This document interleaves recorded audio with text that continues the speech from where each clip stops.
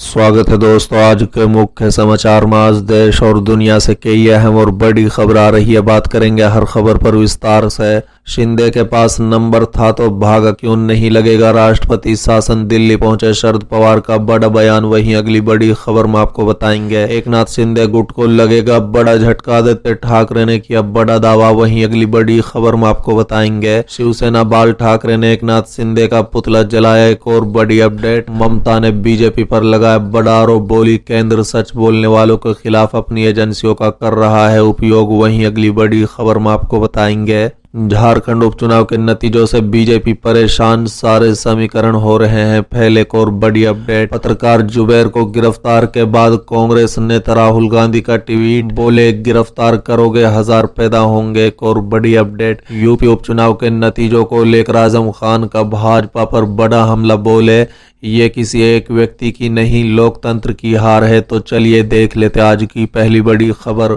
शिंदे के पास नंबर था तो भागे क्यों नहीं लगेगा राष्ट्रपति शासन। दिल्ली पहुंचे शरद पवार का बड़ा बयान। दरअसल दोस्तों महाराष्ट्र में सियासी घमासान खत्म होने का नाम नहीं ले रहा है।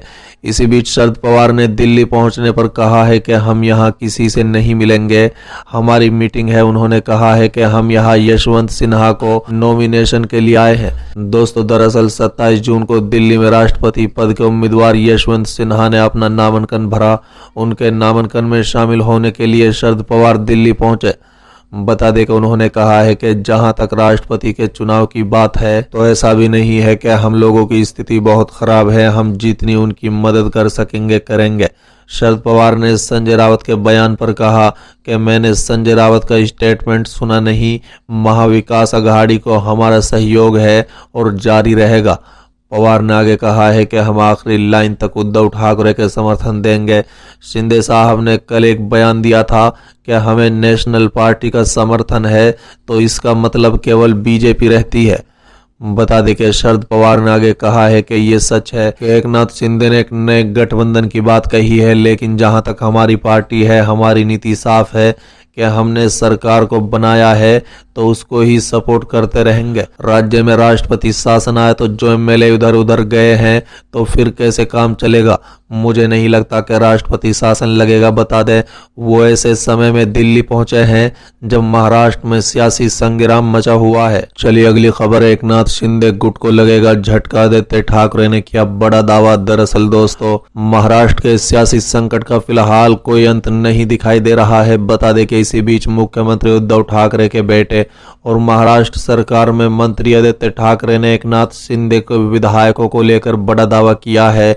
उन्होंने कहा है कि गुवाहाटी में बैठे कई विधायक हमारे संपर्क में हैं, हमारे दरवाजे सभी विधायकों के लिए खुले हुए हैं। बता दें कि सोमवार की रात मीडिया कर्मियों से बात करते हुए उन्होंने कहा है कि गुवाहाटी में लोगों को दो समूह है, 15-16 लोगों का एक समूह है जो हमारे संपर्क में है, दूसरा समूह वो है जो हमसे भाग रहा है। इस समूह में हमारा सामना करने का साहस नहीं है और नैतिकता बिल्कुल भी नहीं है।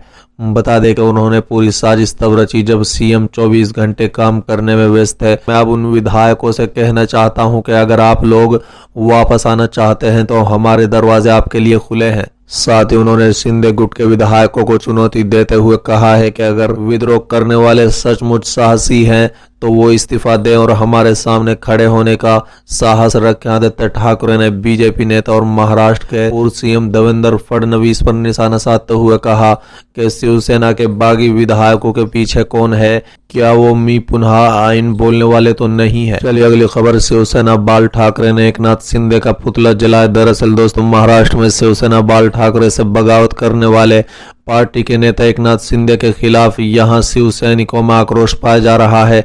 बता दें कि पंजाब के नेता लगातार महाराष्ट्र के राष्ट्रीय नेतृत्व से संबंध बनाए हुए हैं। सोमवार को राज्य के आक्रोशित हुए शिव सैनिकों ने पंजाब राज्य प्रमुख योगाराज शर्मा की अगुवाई में बटला में एकनाथ शिंदे का पुतला फूंक कर प्रदर्शन किया। बता दें कि इस प्रदर्शन में पंजाब के सीनियर उप प्रमुख रमेश नैयर, पंजाब युवा इकाई के इंचार्ज हानी महाजन और अन्य नेता मौजूद थे। बता दें कि एकनाथ शिंदे का पुतला फूंकने के बाद पत्रकारों को संबोधित करते हुए योगराज शर्मा ने कहा कि एकनाथ शिंदे ने पार्टी की पीठ पर वार किया है, लेकिन वो ये भूल गए हैं कि शिवसेना में ही उनका कद बड़ा है। बता दें कि शिवसेना से बगावत करके उन्होंने ये साबित कर दिया है कि वो गद्दार हैं। योगराज शर्मा ने कहा है कि उनकी राष्ट्रीय नेतृत्व से लगातार बात हो रही है।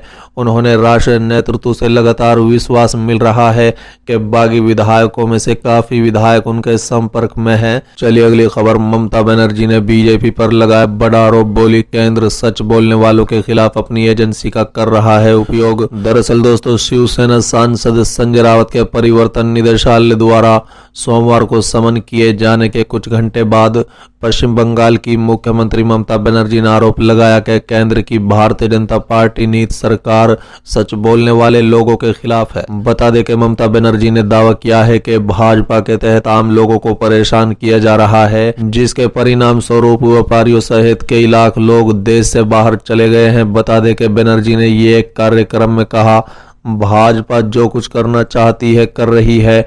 वो सच बोलने वालों के खिलाफ सीबीआई और ईडी जैसी केंद्र एजेंसियों का इस्तेमाल कर रही है।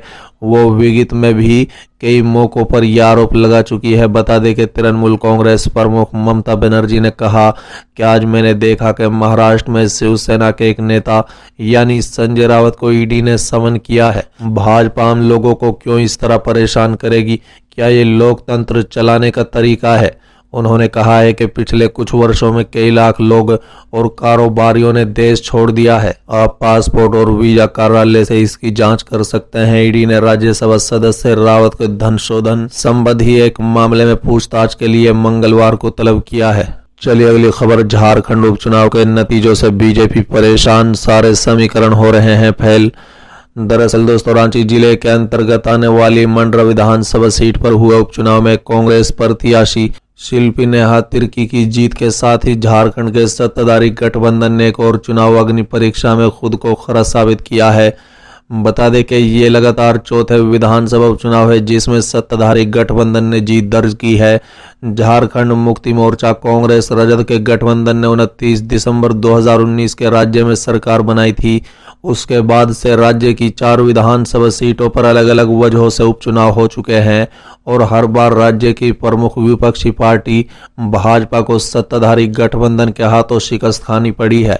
बता दें कि उपचुनाव के परिणाम ये बताते हैं कि मौजूदा सत्ताधारी गठबंधन ने जहां अपनी पकड़ बरकरार रखी, वहीं राज्य में 2019 में सत्ता गंवाने वाली भाजपा के लिए वापसी की राह बहुत आसान नहीं है। हालांकि ये भी तथ्य है कि जिन 4 सीटों पर गठबंधन की जीत हुई है वो पहले भी उसी के कब्जे में थी। बता दें कि गठबंधन के नेता और राज्य के मुख्यमंत्री हेमंत सोरेन कहते हैं कि अब तक हुए 4 उपचुनाव में झारखंड और झारखंडियत की जीत हुई है। झूठ, अहंकार, धन बल और शोषण की राजनीति को जनता ने मुंह तोड़ जवाब दिया है।